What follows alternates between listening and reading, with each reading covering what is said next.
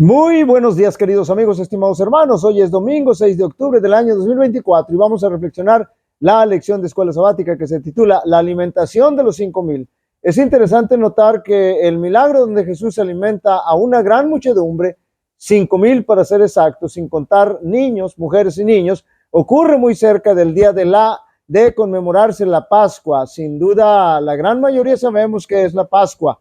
La Pascua es la fiesta, es una fiesta, la más solemne de los hebreos, que celebraban a la mitad de la luna de marzo en memoria de la libertad del cautiverio de Egipto. La palabra Pesach en hebreo significa paso o salto, porque el ángel pasaba por alto, es decir, saltaba esa casa donde los postes y los marcos y el marco de la puerta principal estaban señalados con la sangre del cordero que habían sacrificado, y ahí no moría ningún primogénito. El ángel no mataba al primogénito. Es el nombre de la festividad. La Pascua es el nombre de la festividad judía que celebra la liberación del pueblo hebreo de la esclavitud en Egipto. En la Biblia, la Pascua judía, también conocida como Pesach, se menciona en los pasajes de Éxodo capítulo 12 del 1 al 14. En estos pasajes se describe la Pascua como la liberación de Israel de la esclavitud de Egipto por parte de Dios y el sacrificio del cordero. La Biblia también establece que la Pascua debía ser una ordenanza perpetua que debía continuar hasta la expiación de Cristo. El propósito de la Pascua era que los hijos de Israel recordaran la venida del Mesías, el cordero expiatorio, el cordero pascual.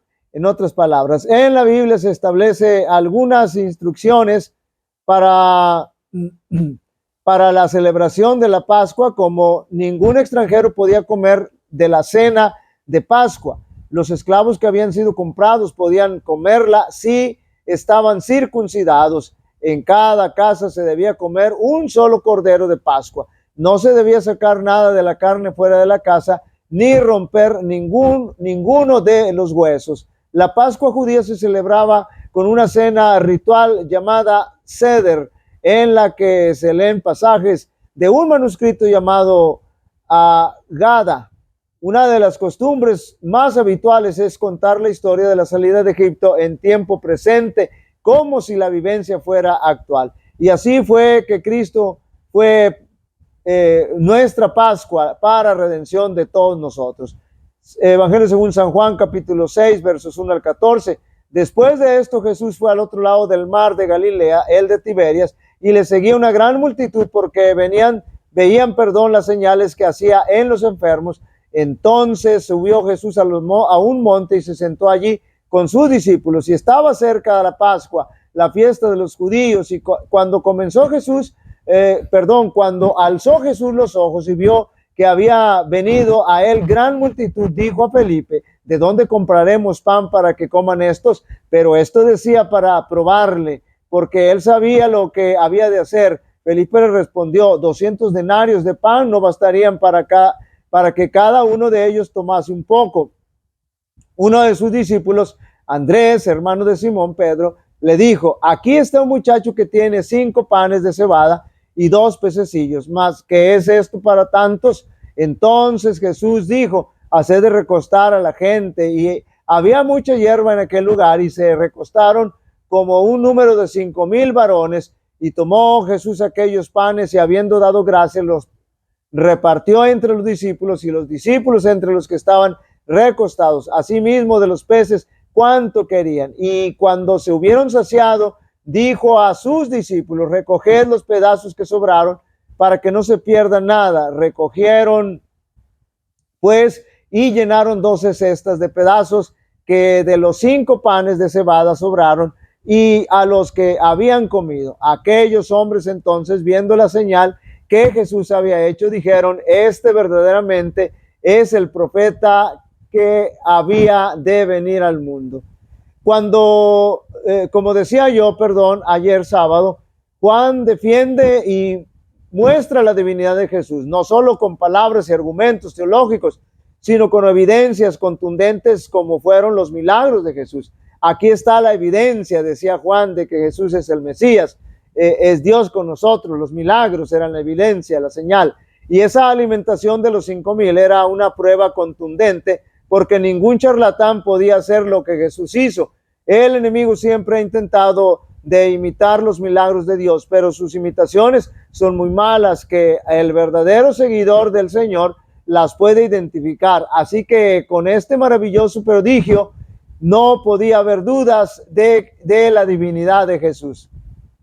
Y como decíamos, este milagro es realizado por Jesús cerca de la fiesta de la Pascua, la cual, recordaba la liberación del pueblo judío, del yugo egipcio, pero también anunciaba al Cordero Pascual, que es Cristo Jesús, de que su muerte sacrificial estaba muy cerca. Noten lo que dice Isaías: ciertamente llevó él nuestras enfermedades y sufrió nuestros dolores, y nosotros le tuvimos por azotado, por herido de Dios y abatido, mas el herido fue por nuestras rebeliones, molido por nuestros pecados. El castigo de nuestra paz fue sobre él, y por su llaga fuimos nosotros curados. Todos nosotros nos descarriamos como ovejas, cada cual se apartó por su camino, mas Jehová cargó en él el pecado de todos nosotros. Angustiado él y afligido, no abrió su boca. Como cordero fue llevado al matadero, y como oveja delante de sus trasquiladores, enmudeció y no abrió su boca. San Pedro dice: quien llevó él mismo nuestros pecados en su cuerpo sobre el madero, para que nosotros, estando muertos a los pecados, vivamos a la justicia, por cuya herida fuisteis sanados. Moisés tipificaba la obra de Jesús, y que Jesús finalmente también haría al dar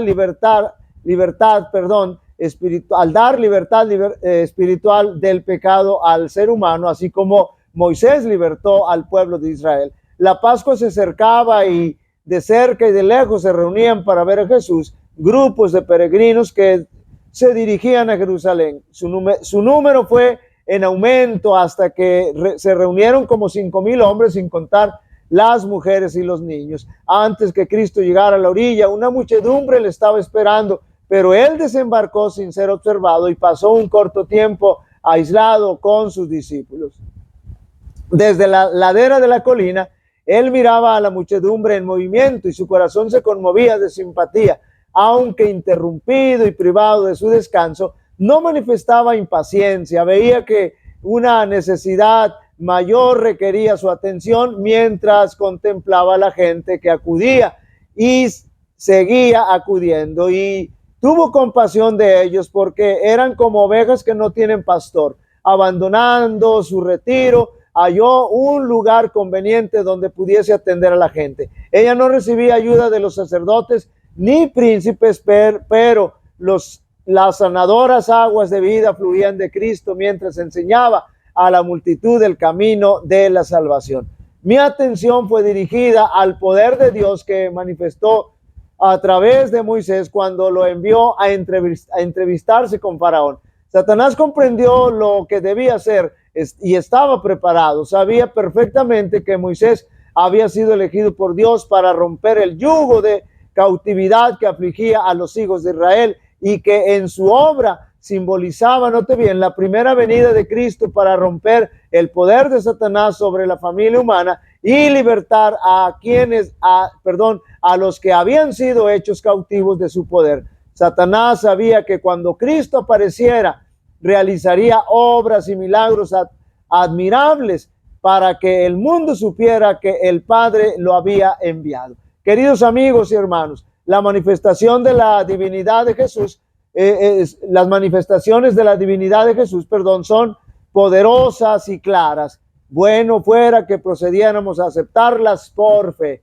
Jehová te bendiga y te guarde. Jehová haga resplandecer su rostro sobre ti y tenga de ti misericordia. Jehová alce sobre ti su rostro y te dé paz. Y pondrán mi nombre sobre los israelitas, y yo los bendeciré. Dios bendiga a cada uno de vosotros.